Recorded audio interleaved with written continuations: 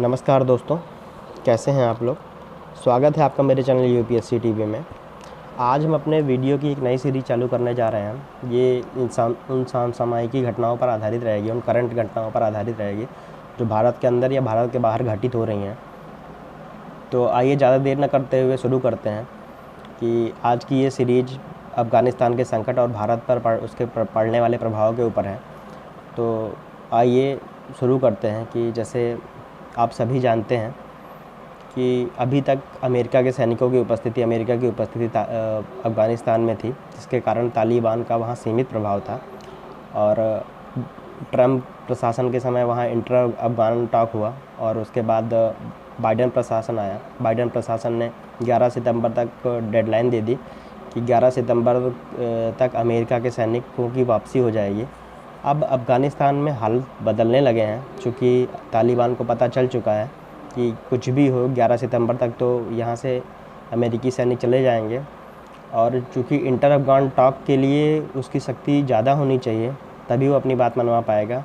तो अब वहाँ के हालत बदलने लगा है, वहाँ अराजकता पैदा करने लगा है। और तालिबान का चूँकि वहाँ वर्चस्व बढ़ रहा है, जिससे अमेरिका, रूस, भारत और ईरान सहित दुनिया के कई देशों की चिंताएँ भी बढ़ गई हैं।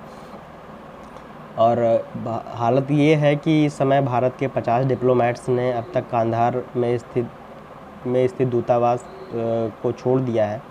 और परंतु जो है वहाँ आपातकालीन सेवाएं अभी भी जारी हैं और भारत सरकार अभी भी वहाँ पर आशावादी रवैया अपनाए हुए है।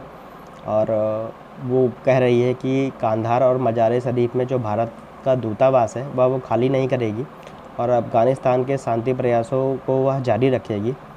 अब आइए देखते हैं कि इसकी स्थिति क्या है, कि किस कारण ये सब अफ़गानिस्तान में तालिबान कर पा रहा है।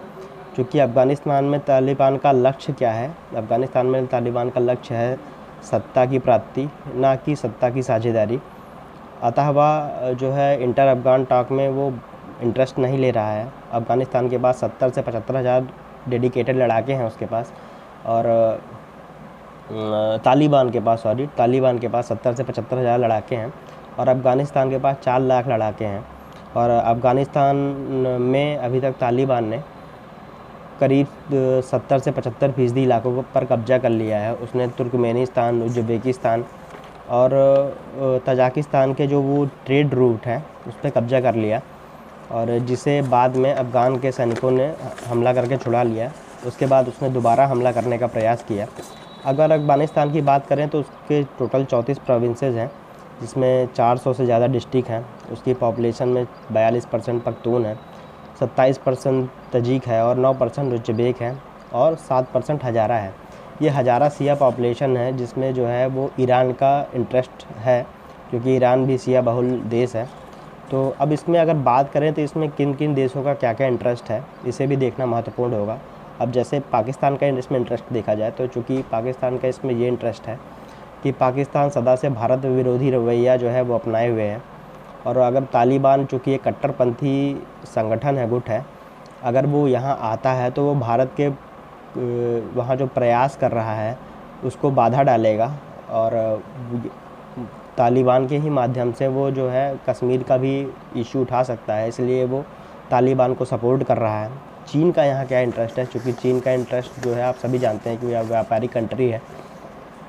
तो चीन जो है वो चाइना पाक इकोनॉमिक कॉरिडोर जो है उसको बढ़ाकर ईरान ले जाएगा, उसको बढ़ाकर अफ़गानिस्तान ले जाएगा। अफ़गानिस्तान से बढ़ाकर वो उसको ईरान ले जाने की कोशिश कर रहा है और ईरान के द्वारा होते हुए वह भूमध्य सागर तक उसे फैलाना चाहता है। और चीन का दूसरा इंटरेस्ट यहाँ क्या है कि चूँकि अफ़गानिस्तान जो है वो एक लैंडलॉक कंट्री भी है और वो सीधा सा पाकिस्तान और चीन से जुड़ता है। भारत का उससे कोई पर्सनल कनेक्ट नहीं है, तो उसके पास खनिज संसाधन भी बहुत ज़्यादा हैं। तो उसके खनिज संसाधन में भी उसका इंटरेस्ट है। जैसे वहाँ कोयला हो गया ज़्यादा है, गोल्ड ज़्यादा है, वहाँ गैसेज, नेचुरल गैसेज बहुत ज़्यादा हैं। तो इन सब चीज़ों में भी उसके कारण चीन का इंटरेस्ट है। अब भारत का इंटरेस्ट क्या है? अब भारत का इन्वेस्टमेंट इतना ज़्यादा है कि भारत के इन्वेस्टमेंट के कारण ही भारत का इंटरेस्ट वहाँ जागृत हो जा रहा है। कि जैसे हम बात करें तो भारत ने वहाँ जो है महिलाओं की स्वतंत्रता के लिए काम किया है, शिक्षा के लिए काम किया है, स्वास्थ्य के लिए काम किया है, वहाँ भारत ने रोडें बनवाई हैं, संसद भवन का निर्माण किया है और कई रेलवे लाइनों का भी वहाँ निर्माण किया है। और भारत ने जो है, जो कि डायरेक्ट कनेक्शन है नहीं, जैसा कि आपको पहले ही मैंने बताया, तो चूँकि डायरेक्ट कनेक्शन है नहीं तो वह ईरान के में एक चाबहार पत्तन की उसने स्थापना की गई, जिसके द्वारा जो है वो कनेक्ट करते हुए वो अफ़गानिस्तान तक पहुंचने की कोशिश कर रहा है। तो चूँकि चाबहार पत्तन में इतना इन्वेस्टमेंट उसका इतना ज़्यादा है कि अगर अफ़गानिस्तान से किसी भी तरीके से भविष्य में संबंध ख़राब हो गया तो वो चाबहार पत्तन एक तरीके से उसके लिए ख़राब हो जाएगा और शांति प्रयास, जैसा मैंने आपको बताया है। अब ईरान का इसमें इंटरेस्ट क्या है कि ईरान में 7% चूँकि वो शियाओं की रक्षा करना चाह रहा है, तो जो वहाँ मौजूद है हज़ारा, उनकी वह रक्षा करना चाह रहा है, तो वह भावनात्मक रूप से उनसे जुड़ा हुआ है। तुर्की का इसमें एक इंटरेस्ट है, तुर्की जो है वो एक इस्लामिक लीडर बनने की उसमें चाह है, तो वो चाहता है कि यहाँ अगर तालिबान आता है तो उसके द्वारा वह अपने कुछ प्रयासों को अंजाम दे सकता है। अब इसमें चिंताएं क्या क्या हैं? इसमें चिंताएं यह है कि चूँकि एक ईस्ट तुर्किस्तानी इस्लामिक मूवमेंट हुआ था, तो चीन को ये सबसे बड़ी चिंता है कि अगर दोबारा ये ईस्ट तुर्किस्तान इस्लामिक मूवमेंट अगर ये दोबारा हुआ तो सीजियांग प्रांत में जो उसने डिटेंशन कैंप बनाकर उइगर मुसलमानों को वहाँ रख रखा है, उनका भी विद्रोह भड़कने की संभावना है और जिससे जो है वो चाइना में भी अशांति फैल सकती है, क्योंकि उइगर मुसलमानों की संख्या लगभग 50 लाख बताई जाती है। और चीन का दूसरा इंटरेस्ट ये है कि जो 6 सिल्क रूट हैं, 6 में से 4 सिल्क रूट सीजियांग प्रांत से होकर जाते हैं और अगर विद्रोह हो गया तो विद्रोह की स्थिति में ये 4 सिल्क रूट खतरे में पड़ जाएंगे। भारत का इसमें जो है, भारत की चिंता क्या है? भारत का विकास ही भारत की सबसे बड़ी चिंता है। और ईरान का क्या है? ईरान, जैसा कि पहले ही बताया गया कि वो भावनात्मक रूप से जुड़ा है, तो वो उनके 7% हज़ाराओं की वो रक्षा करना चाह रहा है।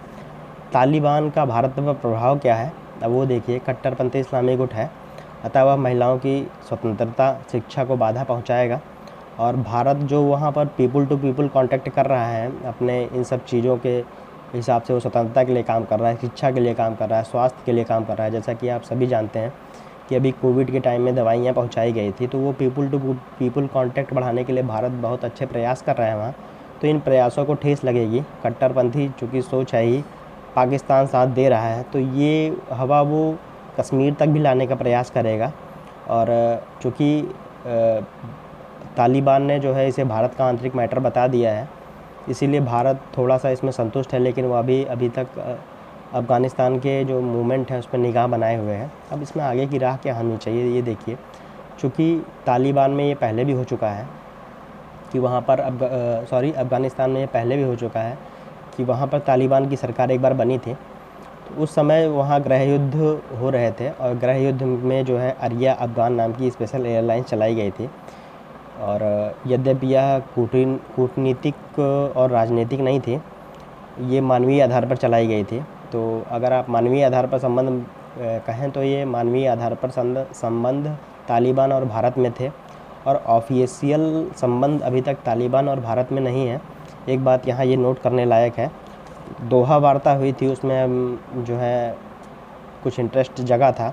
भारत को प्रैक्टिकल अप्रोच लेकर चलना होगा, जिस पर विदेश मंत्री भारत के विदेश मंत्री जयशंकर ने कहा है कि अफ़गानिस्तान में किसी की भी सरकार हो, भारत का वहाँ केवल अप्रोच जो है वो शांति बनाए रखना है। भारत सदैव हिंसा का विरोध करता है। तो ये जो सीरीज़ का नया वीडियो चालू हुआ है, ये आपको कैसा लगा कमेंट सेक्शन में बताना मत भूलिएगा। और इसी तरह के नए वीडियो के साथ हमारे जुड़िए, लाइक करिए, सब्सक्राइब करिए, शेयर करिए। धन्यवाद दोस्तों।